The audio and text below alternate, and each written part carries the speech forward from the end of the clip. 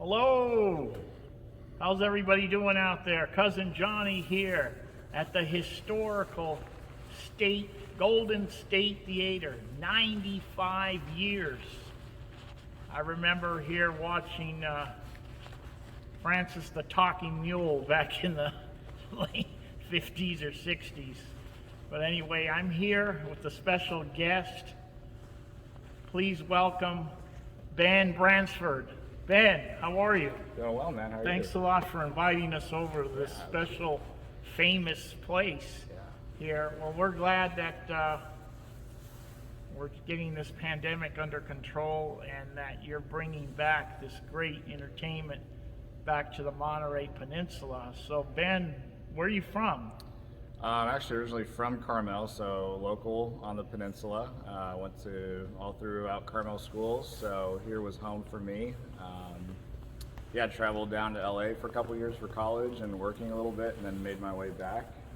But yeah, here's home, and it's pretty special to be able to work where I grew up. One thing about Monterey, you go, but it's like a magnet. It is, yeah. I mean, there's worse places to come back to. It brings you back. So the Golden State Theater is 95 years old, and what have you got, 1,000 seats here? Just over 1,000 seats. Yeah, I think it's a great number. Intimate, but not too small. You get some good acts coming through. It's a special spot.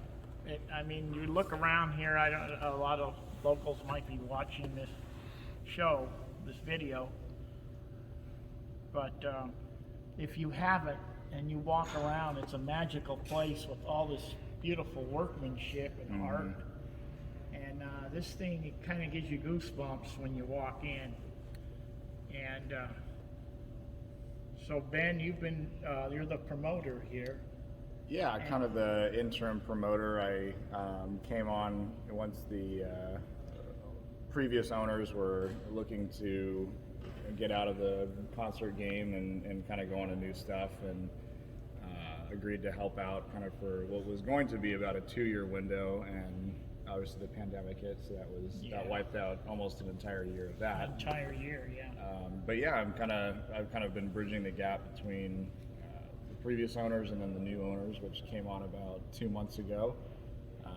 But yeah, it's been a special time to do it. It's been fun to bring it back after the pandemic. People have been excited about it. Well, hats off to you and the owner, because you look at that marquee up there when you're driving down or riding your bike down Alvarado Street, you see comedy, you see rock and roll, you see folk music, you see legendary performers coming in, Hall of Famers, Judy Collins. And then you have holiday shows with some Irish dancing. Yeah, you got it all. You've got it all. That's really great. Yeah. So Ben, you also involved in the cowboy poetry? Is that? Yeah, that was kind of that was an ever-evolving thing, but that was actually kind of my first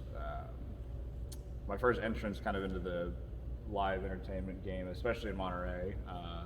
My roommate from college and I, who went through our degree together, we got an opportunity back in 2017 to take over what was then called the Monterey Cowboy Poetry and Music Festival, and so we kind of took it over, and with our board made some changes on kind of what the mission direction and kind of the artistic direction of the festival is going to look like. So it's a little more contemporary now. It has different elements of kind of all different types of country western, whether it's bluegrass, folk, contemporary country, still the poetry and stuff like that. So we really kind of want to take it from what it was as a niche festival and kind of broaden the horizons a little bit. So how many years has this been going on?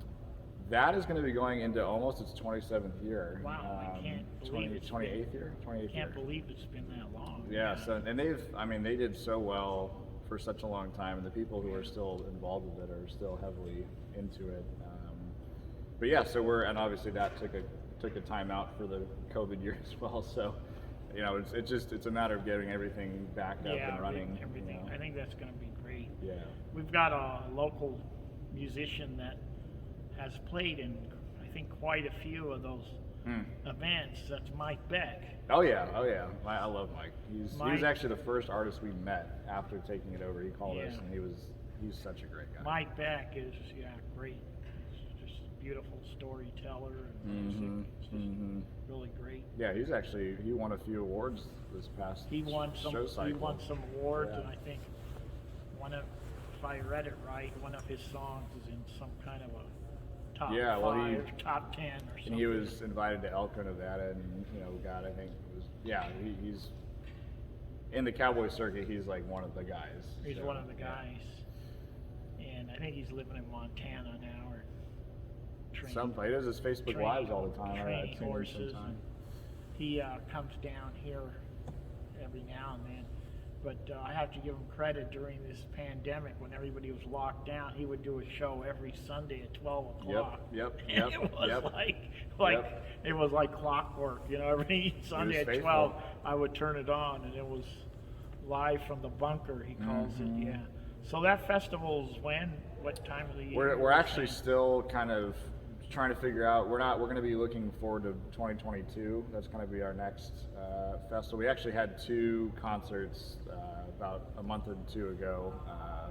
Smaller concerts, but they were kind of one-offs at the fairgrounds. But as far as bringing back kind of the weekend festival, we're shooting for 2022 now.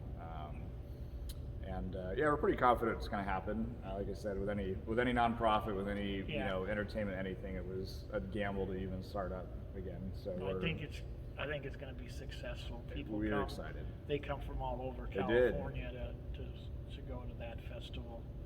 Yeah, and I was looking at your bio, and you worked with athletes. What did you do? I did. Well, I kind of hinted at that when I was living in LA. I wasn't working in music. I was working in the sports business.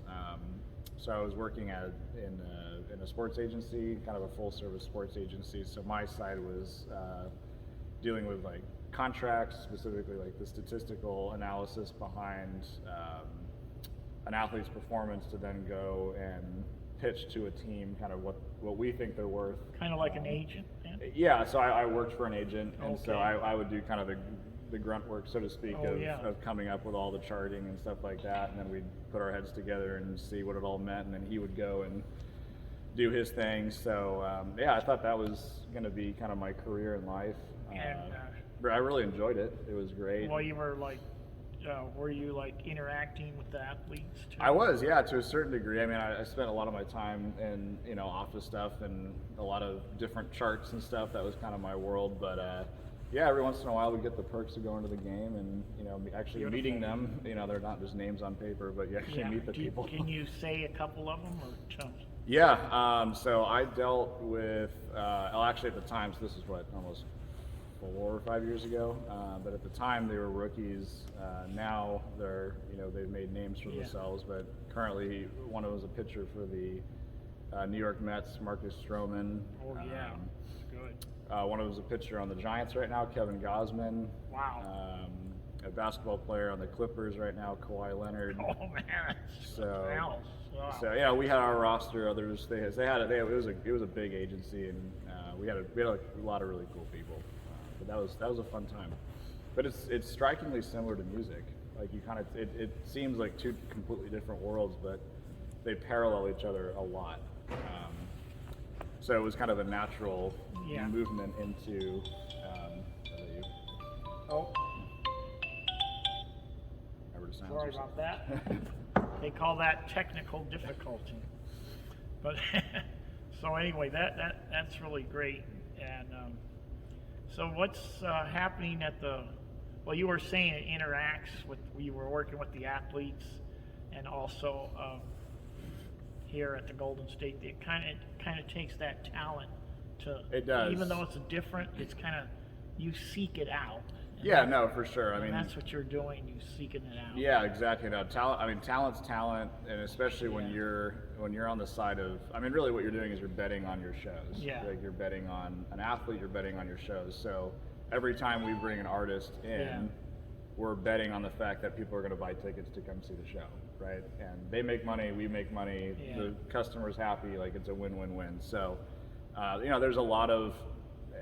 it's not like we just look at, you know, the top 25 charts and go, oh, this person sounds good. Like, there's actually quite a bit of analysis there's that a lot goes of in analysis, to who's the right person to bring in and who's to the bring not. Like, into this community. we have artists all the time who are, you know, quote, available, but we know for whatever reason that they're just not going to work here for a number of reasons. So there is kind of a statistical, but also, like, you know, an analytical side to the concert business as well, which I find fascinating. That's my background.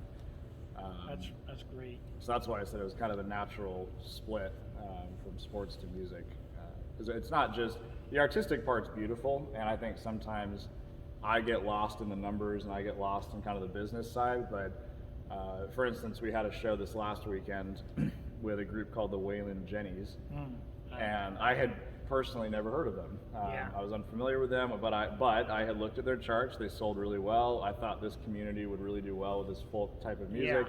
So we pulled the trigger and brought them here. Great crowd, and I was sitting in the back, you know, for 10 minutes, just kind of trying to, and I was blown away. Like, I had never heard of them. I just had known them on paper, and I sat back there, and the mastery of vocal. They're just like the harmony. Yeah, it was a 3-part harmony group with kind of strings and banjos and fiddles. Wow, it was that sounds great. But anyway, so it's both. It's the artistic side, but it's also the business side kind of coming together. And those are the things that make it worth it to me, is bringing in people that I'm unfamiliar with, and I became a fan that night, and I'm going to listen to their music. And, you might get bring them back, hopefully. Bring them back, And you had the Beach Boys back. Yeah, the Beach Boys. Yeah, it was. We had Chris Bodie, who's one of my favorite artists. I've seen him a number of times. We've had, like I said, the goal for this season cycle for 2021 was really to give kind of everyone a little bit of everything. A little bit of everything. Whether it was younger folks, older folks, legends, newer folks, comedy, folk, jazz, rock. Like we kind of tried to hit. I'm gonna be looking forward to Tower of Power. Oh, that's always a good show. In fact, so funny thing on Tower of Power, that was my first show at this theater back when I was in middle school. Oh yeah. And Sal Cracchiola, who's a trumpet player in the section of Tower of Power, I think he's the second trumpet. He was my jazz teacher growing up. Wow, great. So I have a special spot for the Tower of Power. So being able to bring them in for 2021. I like that big baritone bass. Oh, the man, Doctor, that giant saxophone. He's awesome. He's so cool. That group, I mean, them. So we have them and the Temptations kind of back to back. That's going to be a sweet duo. So what do we've got coming up? Give me like a 4 or 5 maybe. 3, well, I should have this memorized, but we've had so many reschedules and date changes. Memorize everything. I want to get it right. Okay.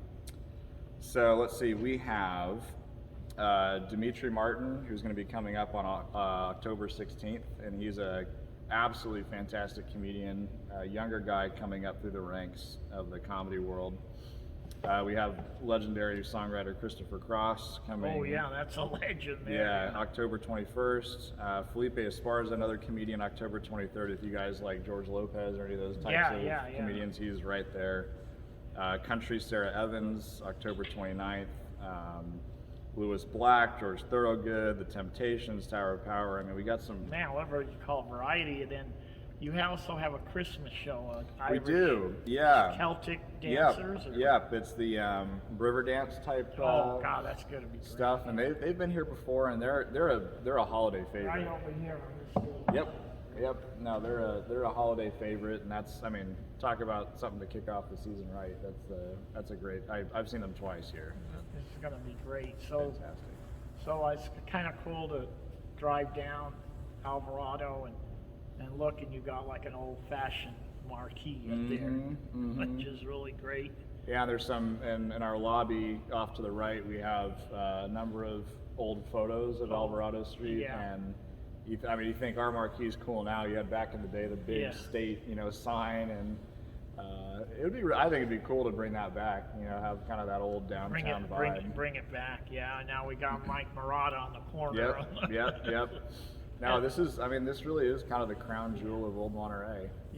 I always recommend come down, go sit down with Mike Murata walk down the street. There's a wine tasting. I think it's Comanche across the street.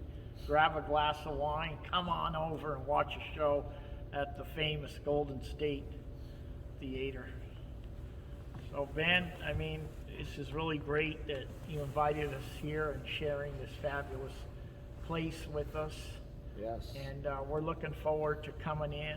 And I recommend everybody come down and watch a show because you will be very impressed. And how does somebody get a ticket? I mean, is it online? Online, right? Yeah, everything's in the world of online. So yeah, goldenstatetheater.com. We have our ticket partner is Eventbrite, and you know our ticket fees are low. We sanitize every seat after our shows. We have I think a very good policy for people feeling safe in an indoor venue. Yeah. But yeah, goldenstatetheater.com, and I do want to say just thank you to everybody who has bought a ticket so far. I mean, every time you guys buy a ticket, yes, you want to come see these people, but you're supporting the theater, you're supporting us being able to stay in business. Yeah. We were so fortunate to stay in business through COVID, but every time you guys buy a ticket, it is an investment in local artists and our local theater. So thank you for all those who do, and yeah, we're excited for the end of 2021.